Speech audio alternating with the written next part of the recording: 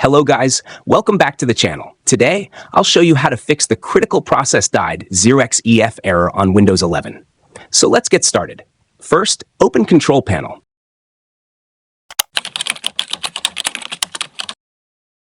Click Uninstall a program. And uninstall Dell Support Assist if it's installed. Then restart your computer.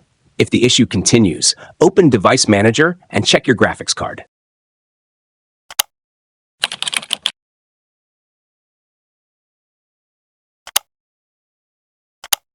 Use Display Driver Uninstaller, DDU, to completely remove the old graphics driver, restart your PC, and then install the latest driver for your NVIDIA, AMD, or Intel GPU using the Perform a Clean Installation option.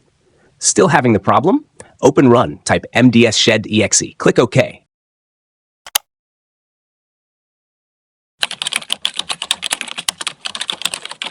And choose Restart Now, and check for problems to scan your computer's memory.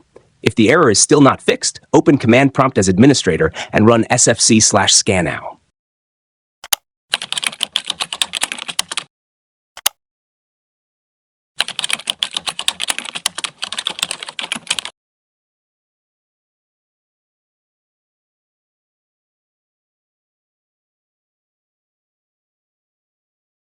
After the scan finishes, run kegdsc/r. Press Y and restart your computer so Windows can repair disk errors. After your PC restarts, check if the critical process died. 0xEF error has been resolved. I hope this tutorial helped you.